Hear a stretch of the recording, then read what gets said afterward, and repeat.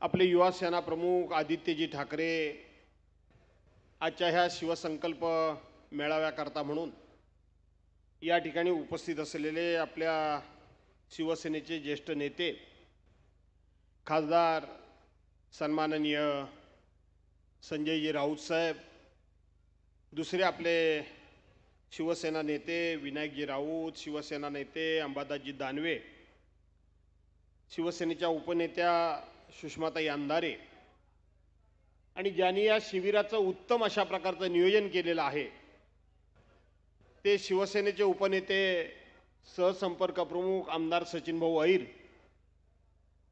जिल्ह्याचे जिल्हा प्रमुख, शहर प्रमुख, महिला सर्व पदाधिकारी आणि मोठ्या संख्येने उपस्थित असलेल्या सहकारी बांधवांनो, भगिनींनो आणि माझ्या मित्रांनो,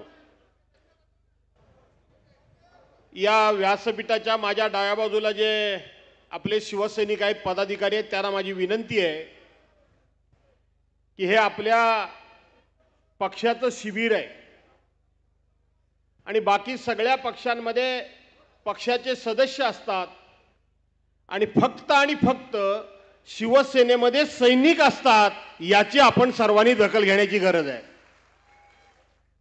आणि सैनिक म्हटलं की तो शिस्तीनंच वागला पाहिजे, तो सैन्याच्या शिस्तीप्रमाणे शिस्तबद्धच असला पाहिजे। मग तो वेळेच्या बाबतीत असेल, पक्षीय कामाच्या बाबतीत असेल, या ठिकाणी शिबिराला उपस्थित राहण्याच्या बाबतीत असेल, त्यानं सैनिकी शिस्त पाळावी अशी माझी त्यांना आव्हानवजा विनंती आहे। बांधवांनो, भगिनींनो, आपल्या पक्षाचं शिवसंकल्प शिबिर आणि चला जिंकूया अशा प्रकारचं एक विषय घेऊन आज पुण्यामध्ये आपणा सर्वांच्या उपस्थितीमध्ये या ठिकाणी शिबिर पार पडते। आणि मला जो सचिन भाऊंनी विषय दिलाय तो चला जिंकूया, आणि त्यामध्ये विशेष करून संघटनात्मक बाबीवर मी जास्तीत जास्त बोलावं अशा प्रकारची त्यांनी मला या ठिकाणी इथं जो विषय दिलाय तो मला विषय दिलेला आहे। आणि म्हणून मी जास्तीत जास्त संघटना या विषयावर बोलण्याचा प्रयत्न करणार आहे। मी आता जिथं आपल्या सर्वांना सांगितलं की सगळ्या बाकीच्या पक्षामध्ये पक्षाचे सदस्य असतात, परंतु फक्त शिवसेनेमध्ये सदस्य नसतात तर सैनिक असतात। 19 जून 1966 साली हिंदुहृदय सम्राट शिवसेना प्रमुख मान्य बाळासाहेब ठाकरे यांनी शिवसेनेला जन्म दिला। आज या संघटनेला जवळजवळ 58-59 वर्ष झालेली आहेत। बांधवांनो, भगिनींनो, या पक्षाचा दिल्लीच्या पार्लमेंटच्या अध्यक्षापर्यंत तर महाराष्ट्र राज्याच्या मुख्यमंत्री पदापर्यंत या पक्षाने झेप घेतली। मग केंद्रीय मंत्री झाले असतील, राज्य मंत्रिमंडळामधले मंत्री झाले असतील, परंतु पार्लमेंटचं सर्वोच्च असं अध्यक्षपद भूषवण्याचा सन्मान हा सुद्धा शिवसेनेला मिळालेला आहे। इथपर्यंत या शिवसेनेने जी झेप घेतली, आज आपल्या सर्वांना एका प्रचंड अशा त्रासाला सामोरं जावं लागतंय।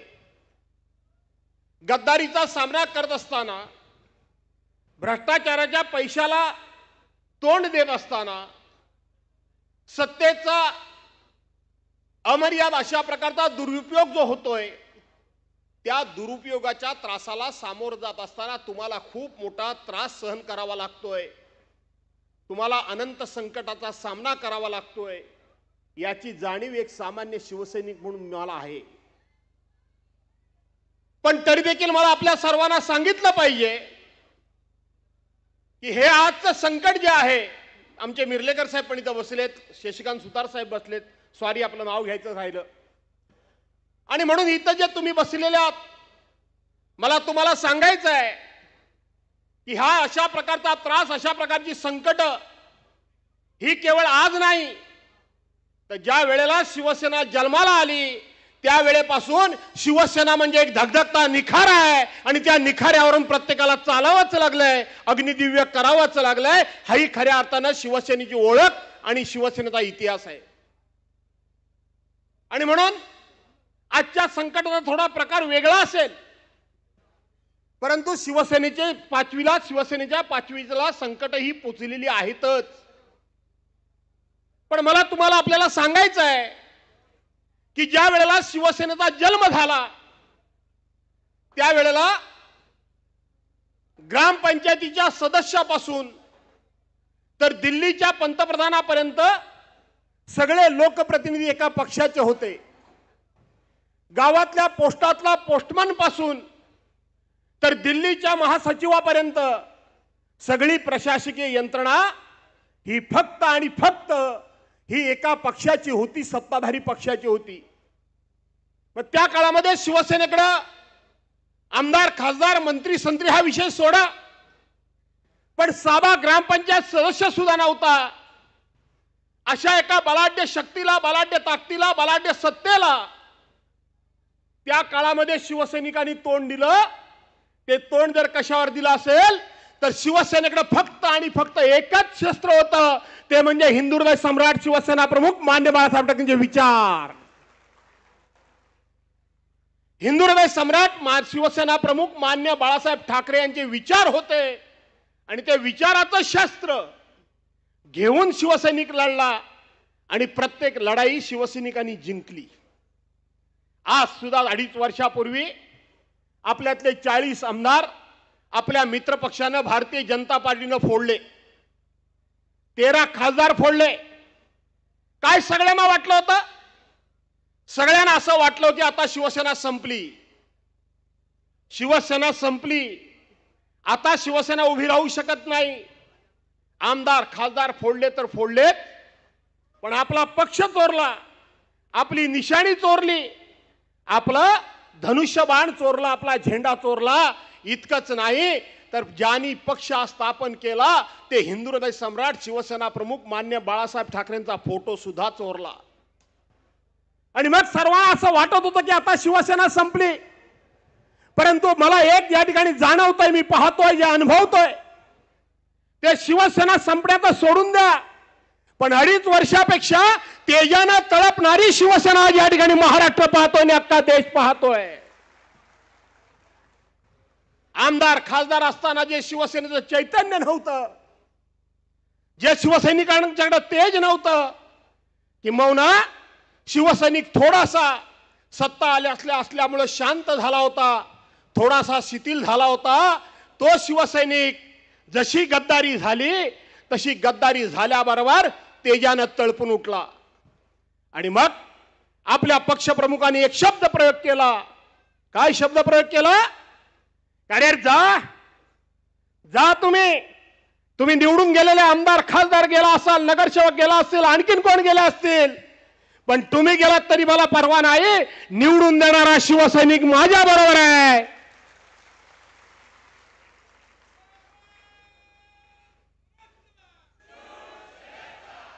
निवडून गेले तरी हरकत नाही, पण निवडून देणारा शिवसैनिक माझ्या बरोबर आहे.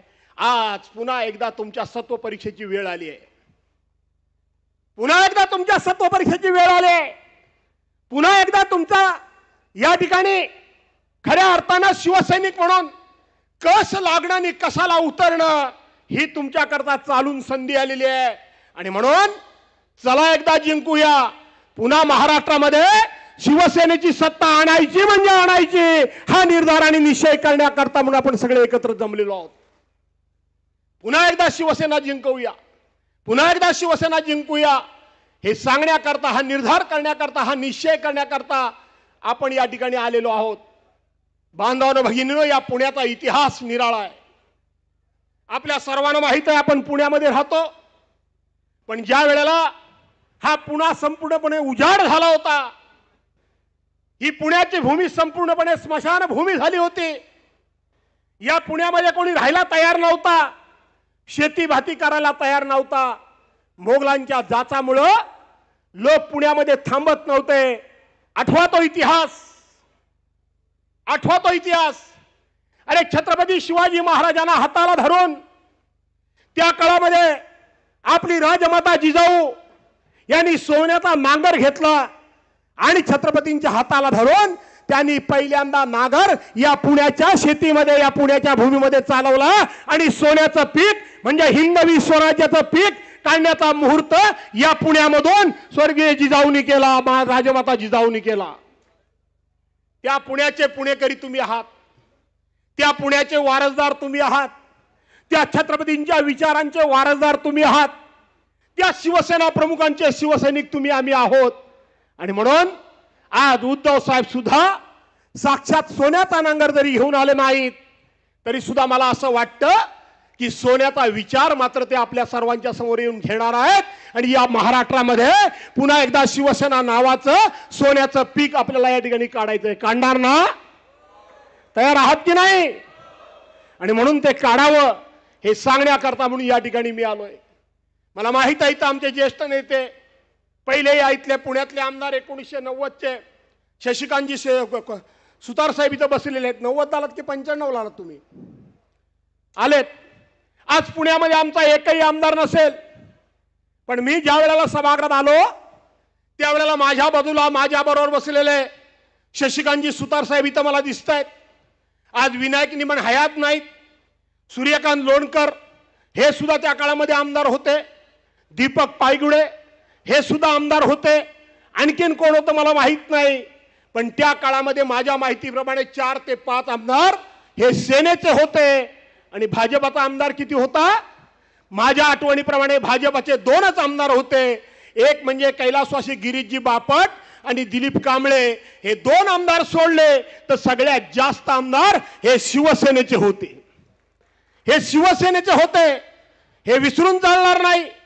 पण ज्यांच्याबरोबर आपण 35 वर्ष मैत्री केली त्या मैत्रीमध्ये विश्वासघात आणि विरोधकांच्या बरोबर लढण्याच्या ऐवजी आपल्याच माणसांना त्या ठिकाणी खच्ची करण्याचं काम करणारा भारतीय जनता पार्टी होता आणि त्याच्याबरोबर आपली युती होती आणि त्यांनीच आपलं हळूहळू खच्चीकरण केलं आणि आपल्या जागा या ठिकाणी घेतल्या. आणि म्हणून पुन्हा एकदा ते आपल्याला आपलं वैभव परत आणायचं आहे. आणि मग हे आणायचं म्हणजे जबाबदारी कोणाची आहे? ही जबाबदारी संघटनेची आहे. सत्तेमुळे संघटना वाढते असं नाही, तर संघटनेमुळे सत्ता येऊ शकते याची अनेक उदाहरणं आपल्याला देता येतील. आणि म्हणून आपली संघटना अधिक बळकट केली पाहिजे, आपली संघटना अधिक बलवान केली पाहिजे. आज या ठिकाणी जिल्हा प्रमुख आहेत.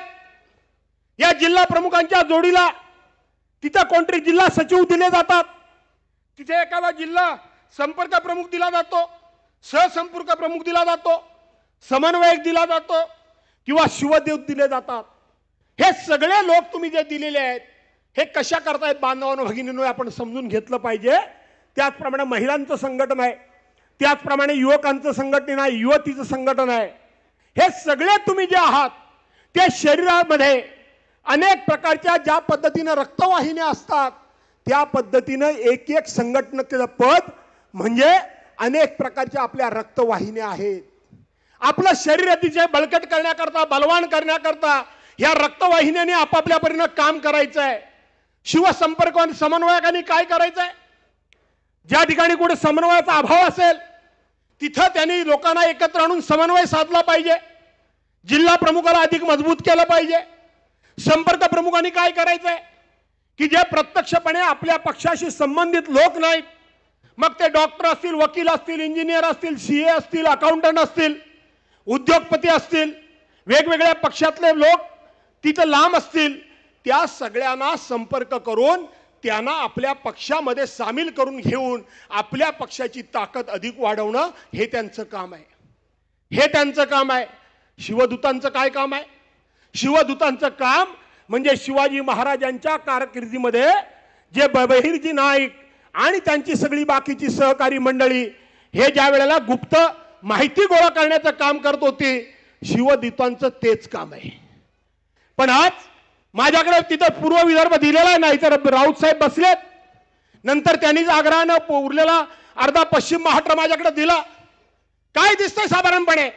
आपल्या पक्षाचं शिबिर आहे म्हणून मला काही गोष्टी स्पष्टपणे बोलल्या पाहिजेत आणि सचिन भाऊंनी संघटनात्मक काम मला हा विषय दिलेला आहे. बऱ्याच वेळेला आपल्या सगळ्यांच्या तक्रारी विशेष करून मी सांगितलं त्या पद्धतीनं काम करून आपल्या पक्षाची ताकद वाढवणं, बळ वाढवणं, आपल्या पक्षाचा जनाधार वाढवणं हे थोडं आपण विसरून जातो आणि पहिली तक्रार येते की बॅनरवर माझा फोटो नाही. बरोबर आहे की नाही रे भावानो? बॅनरवर माझा फोटो नाही. कुणी लावायचा? तर तो जिल्हा प्रमुखांनी बॅनरवर माझा फोटो लावला नाही म्हणून पहिली तक्रार.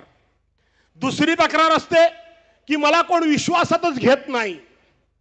तिसरी तक्रार असते आम्हाला कोणी निमंत्रणच देत नाही.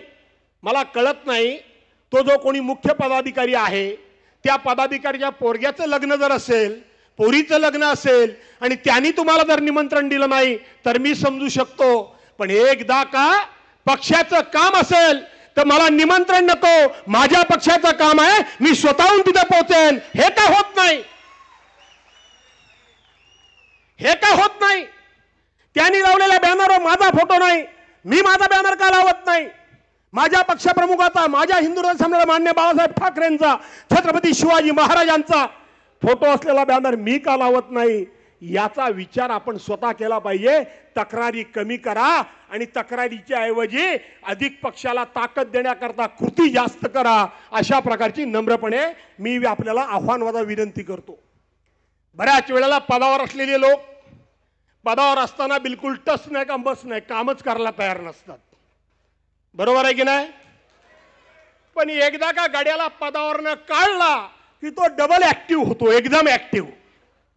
पदावर असेपर्यंत त्याचं काम झिरो, पण पदावरनं बाजूला झाल्यानंतर तो उच्चापती करायला सुरुवात करतो. मी आपल्याला नम्रपणे एक विनंती करतो, कार्यकर्त्याकडे तीन पद्धतीने बघण्याची माझी पद्धत आहे. सॉरी, कार्यकर्ता मी पहिल्यांदा बोललो.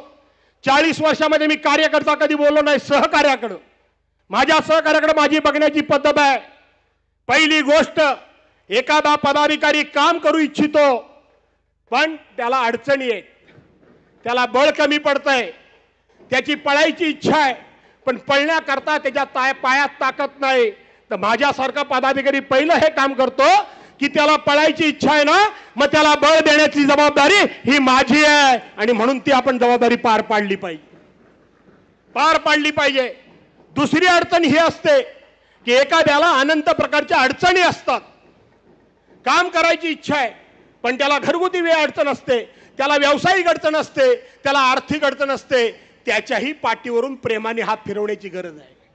आणि तिसरा असा असतो, तुमच्याकरता नाही मी माझ्याकरता सांगतोय, तिसरा असा असतो पदाधिकारी, अरे चल कोण मला काढू शकतो, मला कोणाची काढायची हिम्मत नाही, मी काम नाही केलं तरी हरकत नाही, पण मला कोण हात लावणार नाही. त्यांना मला सांगितलं पाहिजे की आपण स्वातंत्र्यवीर सावरकरांचा विचार आत्मसात करणारी मंडळी आहोत. जे बरोबर येतील त्यांना बरोबर घेऊन, जे बरोबर येणार नाहीत त्यांना बाजूला सारून, आणि जे आडवे येतील त्यांना आडवे करून पक्ष पुढे जाईल, हे लक्षात ठेवा. ही खऱ्या अर्थानं कार्यपद्धती पहिल्यापासूनची शिवसेनेची आहे. आणि म्हणून पक्षाला मित्रांनो वेठीस धरू नका, पक्षाला वेठीस धरू नका. आपल्याला शेवटी पक्षातलं पद हे काही माझ्या वाडवडिलांचं 7-12 पद नाहीये, ते तर बदलतच असतं. इतके वर्ष मला मिळालं, दुसऱ्याला मिळावं ही अपेक्षा असते आणि म्हणून त्याला मिळालं तर त्याच्यात दुःख बाळगायचं काही कारण नाही. आणि ज्यांना मिळालं नाही त्यांनी पण हे लक्षात ठेवावं, त्याला मिळालंय ते कधी घालवतोय आणि मी कधी तिथे जातोय ह्याही उच्चाप्त्या त्यांनी करू नयेत, ह्याही उच्चाप्त्या करू नयेत. याचा आपण सर्वांनी भान ठेवण्याची गरज आहे असं मला आपल्याला या ठिकाणी आवर्जून उल्लेख करायचा आहे. राऊत साहेब किती वेळात येतील? मग तुम्ही थांबू का? मी लगेच 1-2 मिनिटात, 1-5 मिनिटं घेतो, बोलू. बरं. आणि म्हणून या ठिकाणी मला तुम्हाला सांगायचं आहे. दुसरी गोष्ट मला इथे एवढंच फक्त सांगायचं आहे की आज आपण या ठिकाणी मोठं महाराष्ट्रामध्ये नरेटिव्ह भयंकर गाजतंय. बरोबर आहे ना? नरेटिव्ह म्हणजे काय? साधारणपणे खोटं पसरवायचं. या महाराष्ट्रामध्ये सगळ्यात जर नरेटिव्ह पसरवणारा कोण असेल तर तो देवेंद्र फडणवीस आहे. लक्षात ठेवा, टरबूज आहे, हा अनाजी पंत आहे.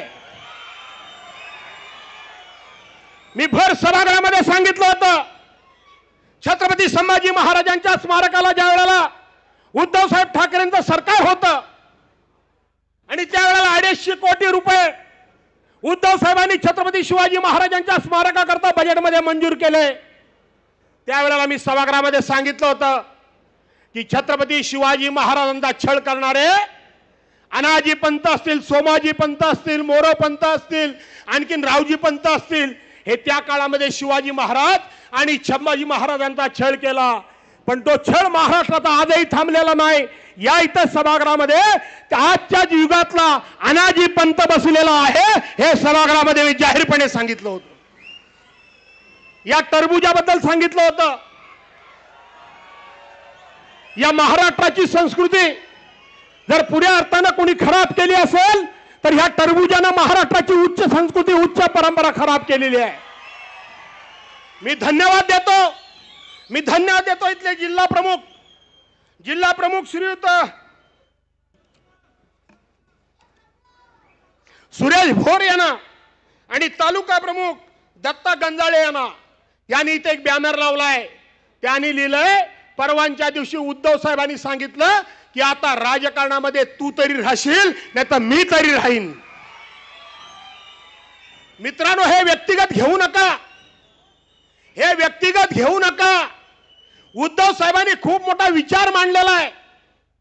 आज उद्धव साहेबांसारखा सुसंस्कृत माणूस, सभ्य माणूस, शांत माणूस, सगळ्यांशी अगदी समन्यायाने वागणारा माणूस हा एका बाजूला आहे आणि दुसऱ्या बाजूला कैलासवासी आमचे वसंतराव नाईक यांच्यानंतर 5 वर्ष मुख्यमंत्रीपद शिवसेनेच्या साक्तीनं, शिवसेनेच्या बळावर, शिवसेनेच्या मदतीनं आणि शिवसेनेच्या सपोर्टनं 5 वर्ष भूषवलेला हा देवेंद्र फडणवीस हा म्हणजे पक्का कपट कारस्थानी आहे।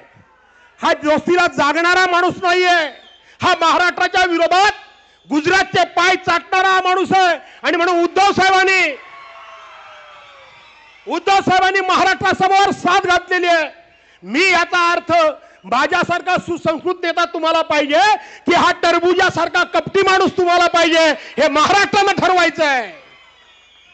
हे उद्धव साहेबांनी ठरवायचं नाहीये, हे महाराष्ट्रानं ठरवायचं आहे की तुम्हाला कोण नेता हवाय।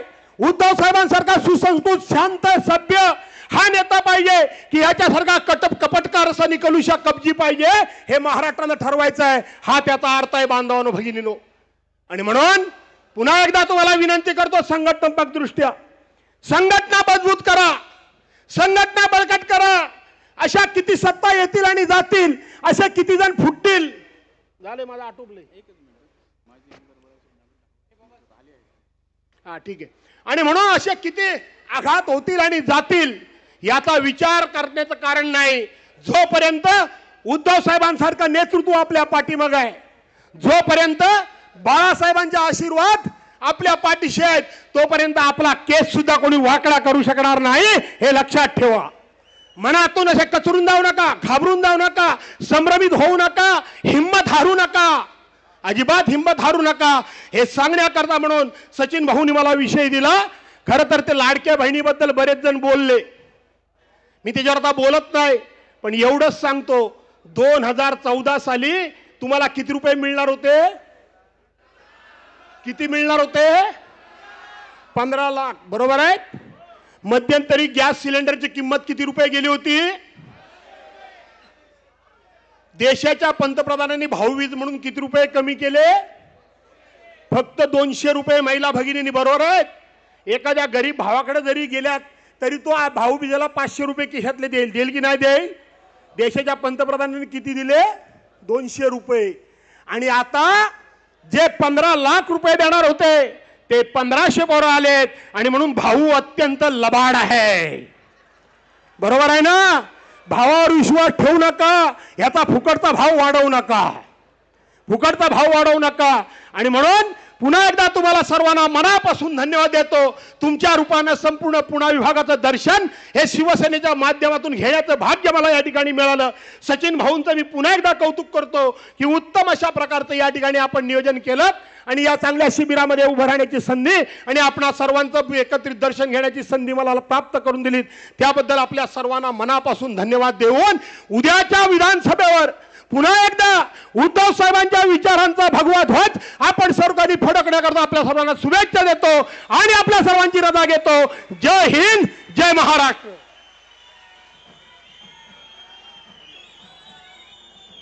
धन्यवाद जाधव साहेब. आपण अतिशय आपल्या अघोत वाणीने संपूर्ण शिवसैनिकांना शिवसैनिक कसा